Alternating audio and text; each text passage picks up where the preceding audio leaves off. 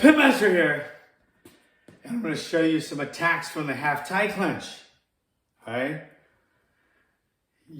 this is a precarious position, guys. You're in close now. The fight's real. If this is the street, you're at the distance where you have to control everything because anything can happen. They could have a knife, they could have a gun, they could have a buddy, they could have takedown skills, they could have a lot of things. And when you're this close, you have to be on guard. Okay, you have to be aware of all of what's going on, and you want to end it as quickly as you can. This is a life or death situation, life or death. If it's a UFC fight or something, disregard this video. Do not watch this.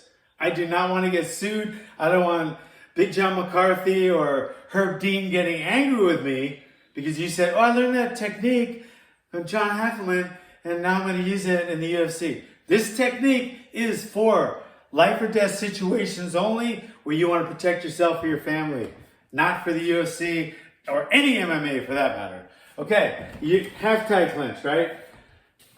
So this is a full tie clinch. The only thing you can really do is knee because your hands are tied up. Get it? Tied up, tie clinch. But you can knee. You can knee the hell out of someone. You could also sweep, etc. But mainly it's for tie clinch. The tie clinch is for knee. Okay. But now you got a half tie clinch for whatever reason. Maybe they broke free from one side. Whatever the reason, I don't know. But now all of a sudden you got a half tie clinch. I don't know if that has an official term or not. I don't know it, so I call it a half tie clinch. But anyway, if you're farthest away, right, and you still have control of their distance with your forearm and their head with your hand, you're breaking the posture, then I suggest throwing the Dan Henderson punch right to the side of the chin as hard as you can. Not as much to the head because you might hurt your hand more, and you still want to cause the damage, but aiming for the chin, okay?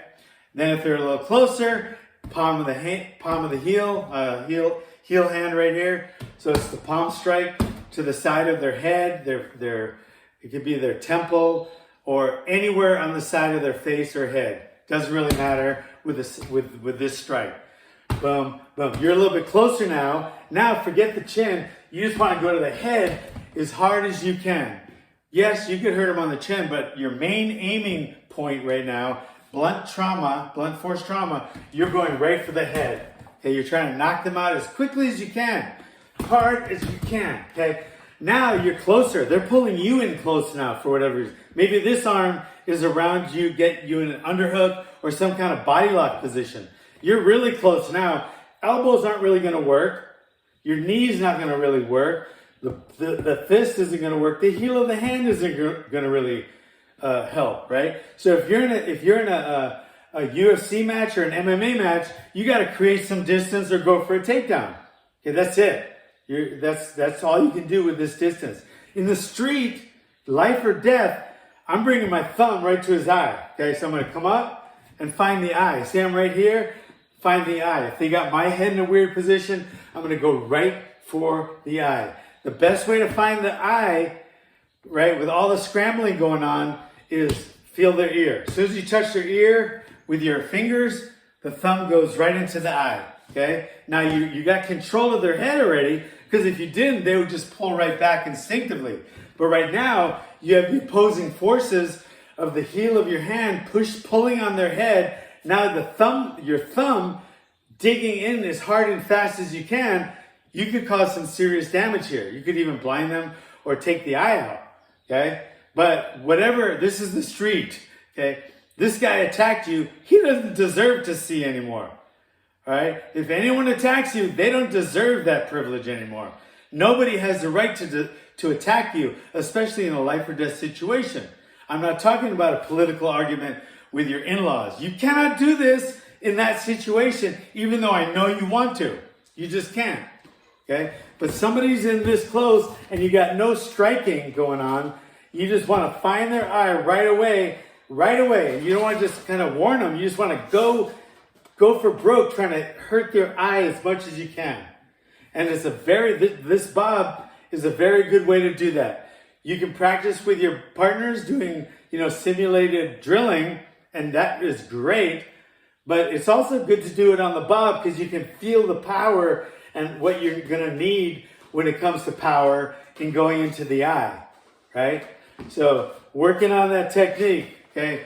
That's the Muay Thai clinch half, right? So it's a half Muay Thai clinch.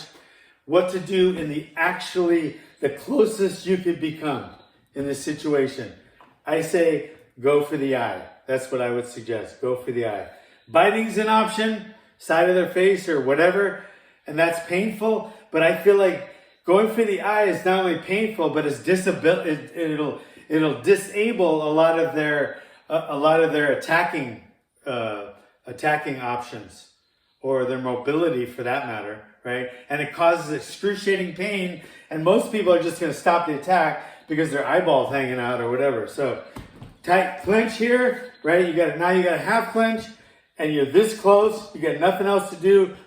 Find the eye and attack it. All right, guys. Only in a life or death situation.